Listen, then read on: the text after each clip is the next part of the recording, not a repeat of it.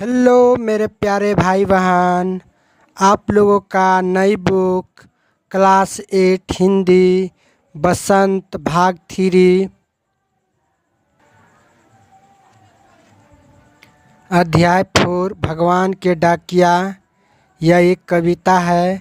इसका लेखक है रामधारी सिंह दिनकर।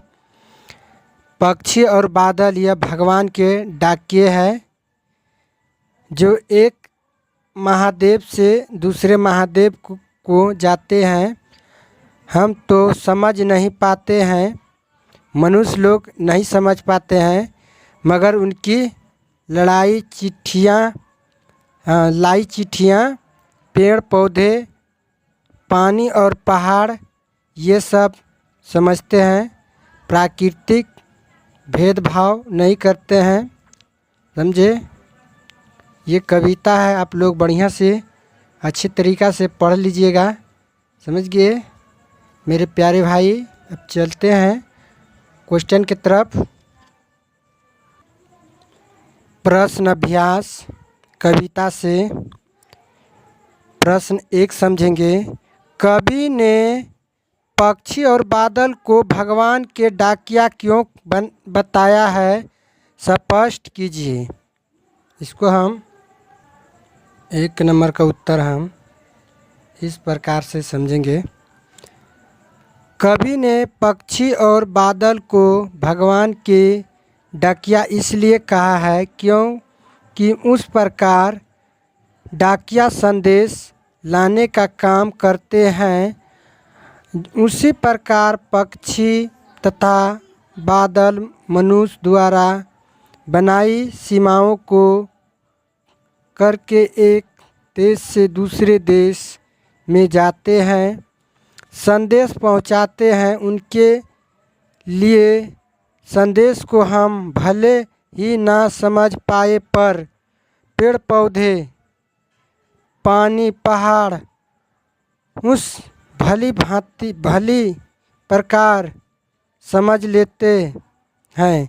इस प्रकार समझ लेते हैं जिस प्रकार पक्षी और बादल दूसरे देश में जाकर भी भेदभाव नहीं करते, अतः भगवान के डाकिया है।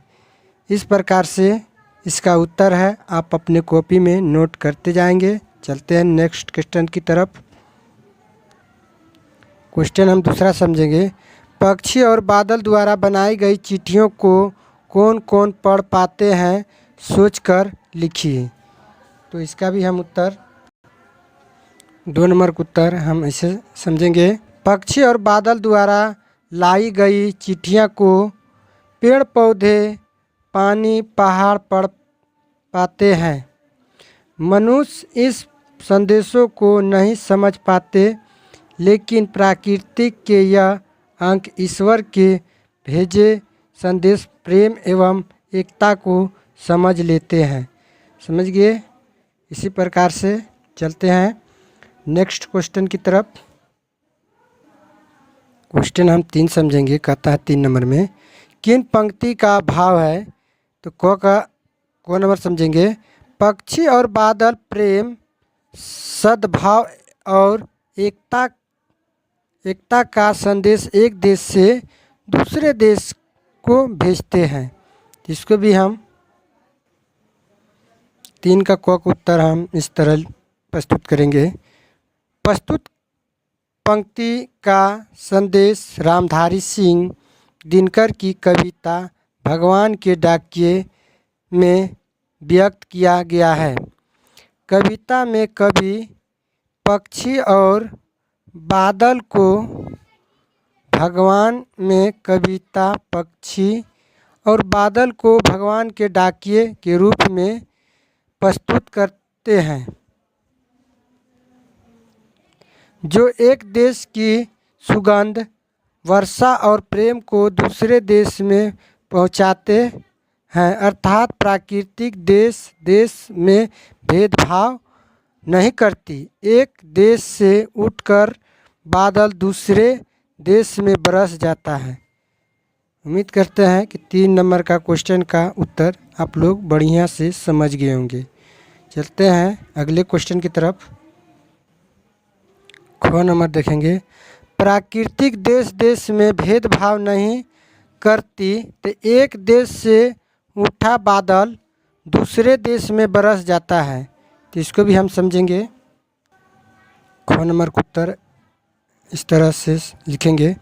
प्रस्तुत पंक्ति रामधारी सिंह दिनकर की कविता भगवान के डाकिये से है, जो कवि कहते हैं माँ प्राकृतिक देश देश में भेदभाव नहीं करती। जैसे सूर्य का प्रकाश समान रूप से देता है, उसी प्रकार हवा एक देश से उठता बादल दूसरे देश में बरस जाता है। अर्थात प्राकृतिक में कोई भेदभाव नहीं है, सभी उसके संतान हैं। इस तरह जो भी प्राकृतिक है, जैसे बादल एक देश से उठकर दूसरे देश में जाकर बरस जाता है, हवा भी एक देश से दूसरे देश में बहते हुए चला जाता है, तो ये प्राकृतिक का चीज़ है, किसी से भेदभाव नहीं करता है। उम्मीद करते हैं कि बढ़िया से समझ गए होंगे। चलते हैं नेक्स्ट क्वेश्चन की तरफ। 4 नंबर क्वेश्चन समझेंगे।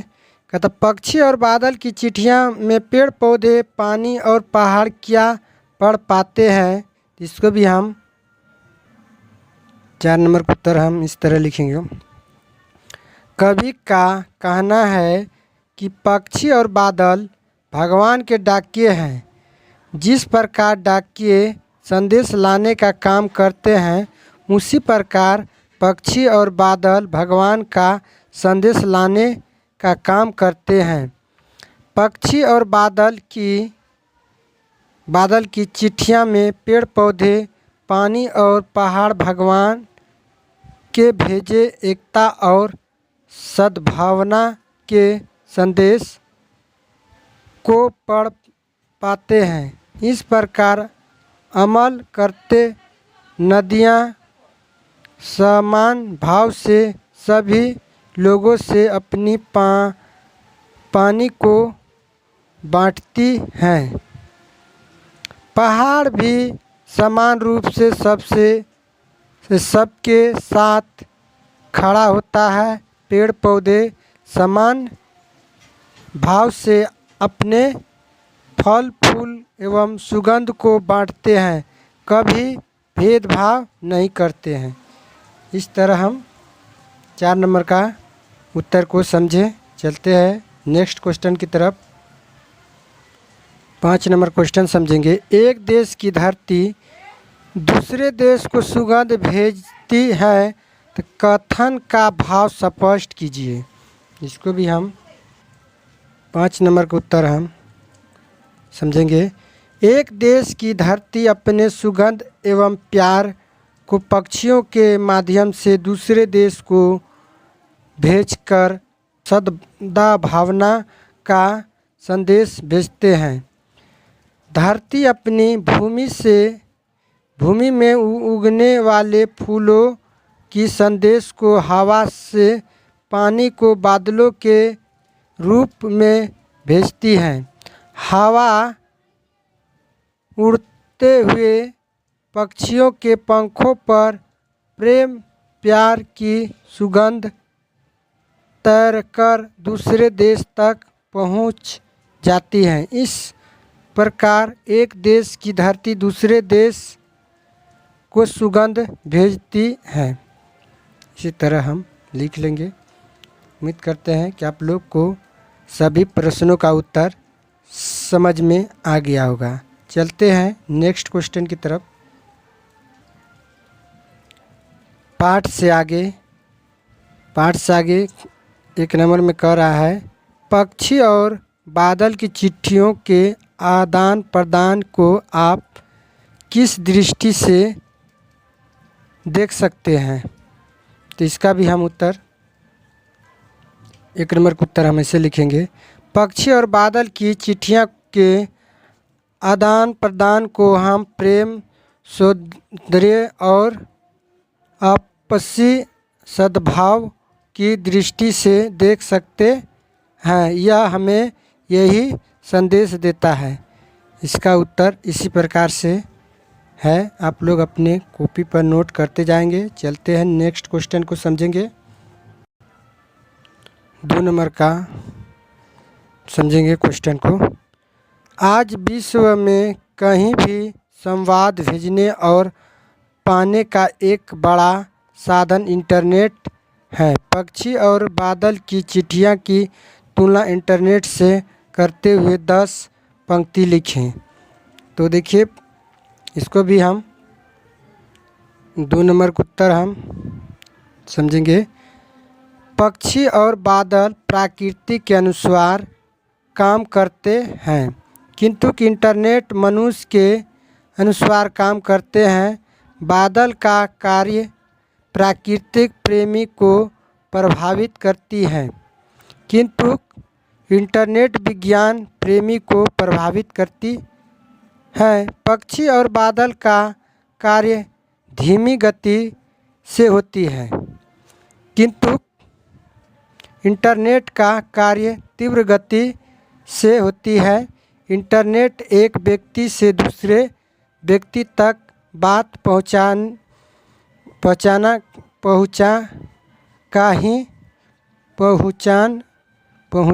का ही सरल तथा तेज माध्यम से इसके द्वारा हम किसी व्यक्तिगत रायों को जान सकते हैं।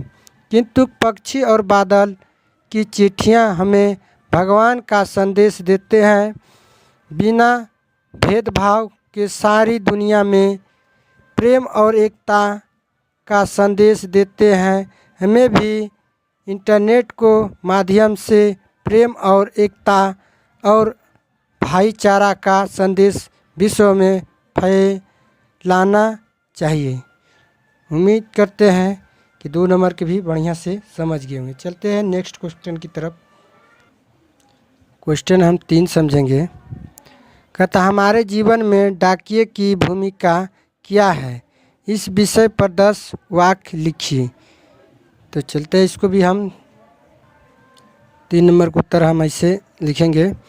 डाकिया भारतीय सामाजिक जीवन की एक आधारभूत कड़ी और डाकिया द्वारा डाक लाना पत्रों का बेसब्री से इंतज़ार, डाकिया से ही पत्र पढ़वाकर उसका जवाब लिखवाना इत्यादि तमाम महत्वपूर्ण पहलू हैं जिन्हें नज़रअंदाज नहीं किया जा सकता है।